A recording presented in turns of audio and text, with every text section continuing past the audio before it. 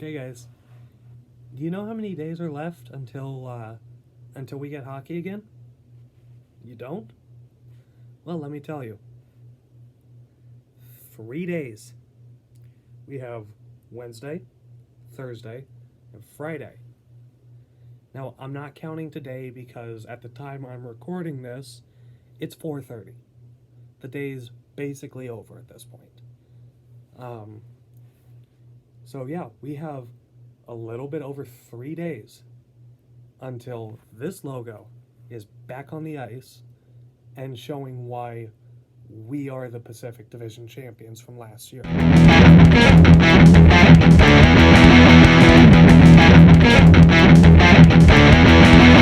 So, what we're going to do today is we're going to talk about the camp roster that was announced.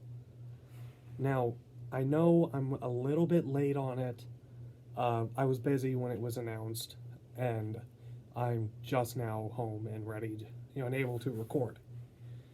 That, and we also have a little bit of information as to why two guys aren't technically in Bakersfield, even though they are in Bakersfield. And we'll get to that. So, kind of like what we did with the roster predictions video, we're going to work from the back end out with who's here and who isn't here. We're going to start with who isn't here first because the list is way shorter.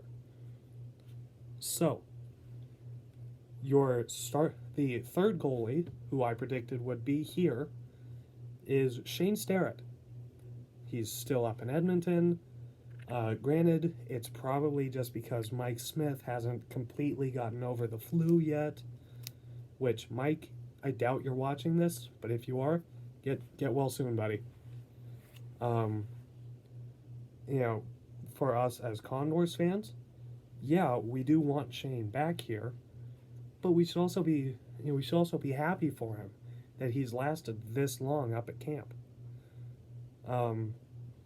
From interviews that I heard Oilers coach Dave Tippett talk about, he said that he really liked what Shane brought, which, if he makes the team out of camp, Condors fans should not be complaining about that.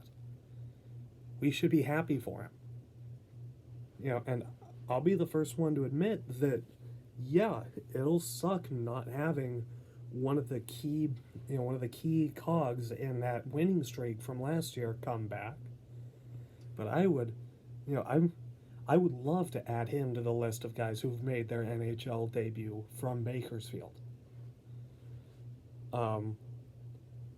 So next, we're going to move to the defensive core, which there's 3 names that I really thought were going to be back here, as soon as camp opened for us, and one that I don't get why he's still in Edmonton.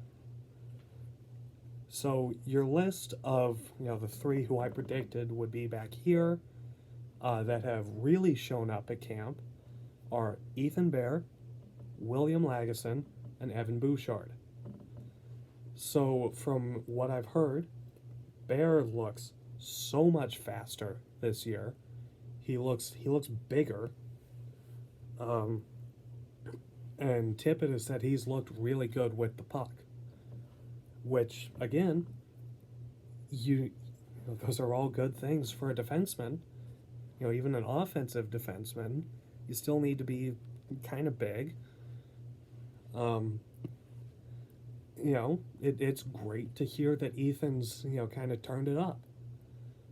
Lagesson has been tearing it up for slightly different reasons.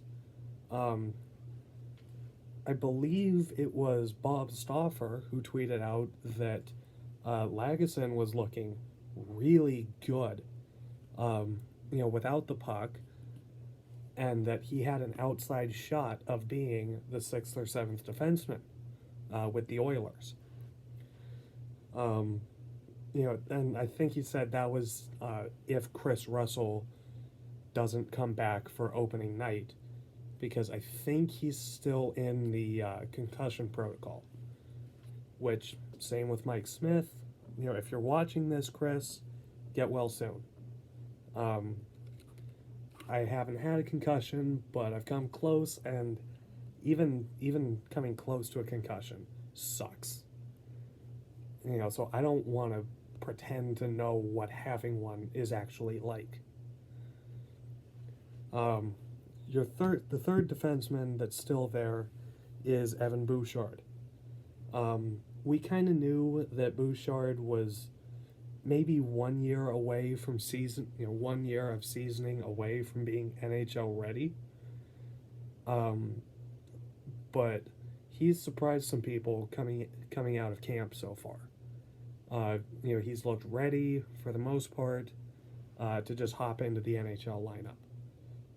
Now, obviously, I'd like him back here because that shot is terrifying. That, and I think he could use a little bit of work defensively, but he's still probably the Oilers' best prospect in North America.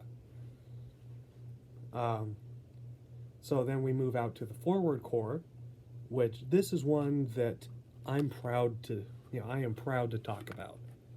Patrick Russell is still with the Oilers. Now, when Patrick Russell was first signed to the Condors, I'll admit I was a little bit low on him. Boys, he showed me up. Patty has been nothing but professional, and he has been a phenomenal worker, outstanding on the penalty kill. I think it was him and Malone, who were the only two forwards last year in the regular season to get any kind of points shorthanded. I still remember one penalty kill. I believe it was in the playoffs against Colorado, where he breaks his stick trying to block a shot and still gets in front of a shot and then shoves the puck out of the zone with his hand. And that killed off a good 40 seconds. After Colorado had been buzzing in the Condors zone. I think Russell might make it out of camp, you guys. I think he might stay up there for the rest of the year. And only get sent down when the Condors, hopefully, make the playoffs. So now we're going to talk about two guys who are technically in Bakersfield, but they can't be suited up for the Oilers. Kyler Yamamoto and Logan Day. Now, I say they can't be suited up for the Condors, and that's because they're injured. Logan Day has to go under the knife for hand surgery, which, again, please get well soon. I have you. I think in my roster predictions video, I had you as top 2 or top pair or top 4. We could really use Logan Day to come back quickly from hand surgery and be 100%. And then Yamamoto, I'll be completely honest, I don't know what it was that he was hurt with. I don't know if it was still the same injury that took him out late in the season last year, but whatever it is, please get well soon. And now, we get to the fun part of this video. We get to talk about the guys who are here and are suited up. So, get your popcorn ready, sit down, get a drink, because this will probably be a couple videos.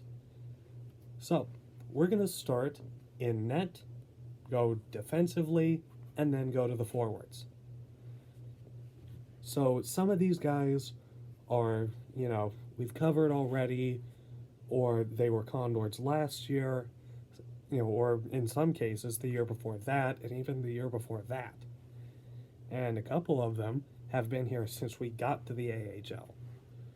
So, actually, now that I look at it, it looks like the only one who has been here all 5 years now, sorry, is Josh Curry. And even then, I think he was here a year before that. Well, in the ECHL year we don't talk about. So, well, okay, that kind of spoils that Curry's still here. But, I mean, I think he's one of the guys who gets called up pretty quickly. So, let's go through the list, shall we? And I'll point out, because we have guys here who are on tryouts. I'll make sure to make a note of that. So, in net, we have the goaltending duo of number 34 and 39, Stuart Skinner and Dylan Wells. They were here last year.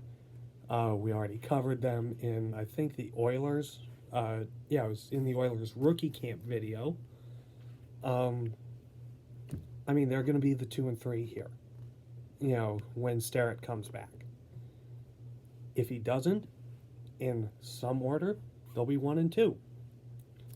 We kind of know where they're going to be, what they're, looking to do. So there's not much to talk about here. In net, or on the blue line, we have 4 guys who are on tryouts, and the rest are on AHL or NHL deals. We have number 3, Caleb Jones, number 4, Keegan Lowe, number 6, Vinny Desharnais, number 15, Brendan DeJong, and I did find out it's DeJong, not DeJong. Then we have 24, Jake Kulovich, number 26, Brendan Smith, number 30, Luke Shiplow, number 55, Sean Allen. Okay, so future Alex here. I miswrote Mr. Allen's number. It's 35, not 55. My pen kind of ran out of ink, and so the 3 looked like a 5. Back to your video. And number 38, Dmitry Samorukov. So, the 4 that are here on tryouts are DeJong, Smith, Shiplow, and Allen. So, since this will probably be in the follow-up video to this, let's see, what is that, 4, 5, 6, 7, 8 guys that are in Bakersfield on tryouts. I'll talk about each of them and show their stats there. So now we get to the forward core.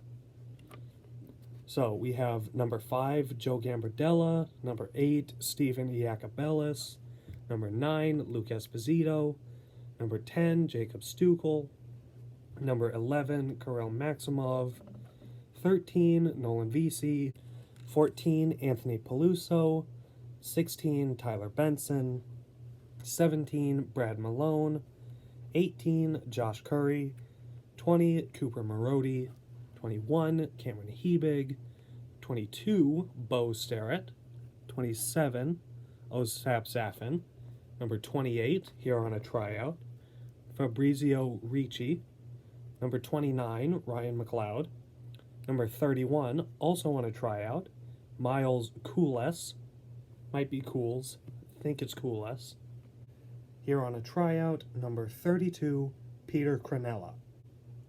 And finally, the last guy on a tryout, number 33, Matthew Whitaker. So, the follow-up video will be going through the new guys and quickly going over the guys who we saw last year or I've done a video on already. So, thank you for watching. This video and the second one will be up today, when they're recorded, hopefully.